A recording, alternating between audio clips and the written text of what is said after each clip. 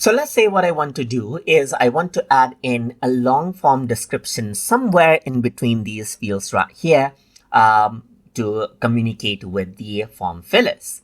In order to do that, you can actually go ahead and add in a paragraph field. So to do that, simply click on add element over here onto the left hand side.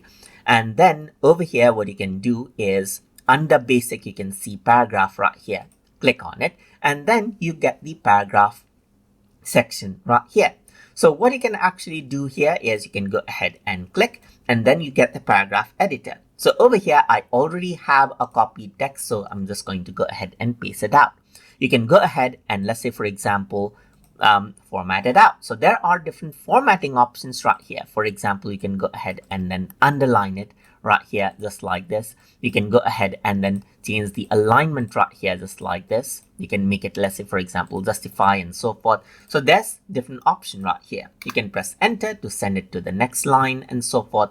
And you can even go ahead and add in, let's say, for example, list and bullet points right here, just like this. I'm just going to go around over here. You can see that I can turn it into list and even numbered list right here. You can even add in tables, as you can see right here, and add in details right here and format it like a document. You can insert image, insert link right here, and even go ahead and preview how this actually looks right here. But I'm not going to go ahead and work with all of it in detail. You can go ahead and try it according to how you want. You can go ahead and save, and this is what you have right here.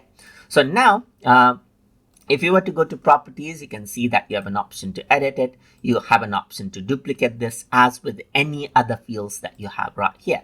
And if you were to actually go around over here onto the properties, you can go to advanced and shrink up the size of it right here. And you can even go ahead and move it to new line if new line is required. You can hide this particular paragraph field if you don't want, and so forth as well. And if you want to see the detail in a coding level, you can go to the field details and you'll be able to see the unique name for it. So let's say, for example, I can even go ahead and change it. For example, over here, I'm going to say info 30. So this is good in a coding level. So that is how you can go ahead and work around with the form paragraph field inside of Jotform. So hope you guys learned something as always.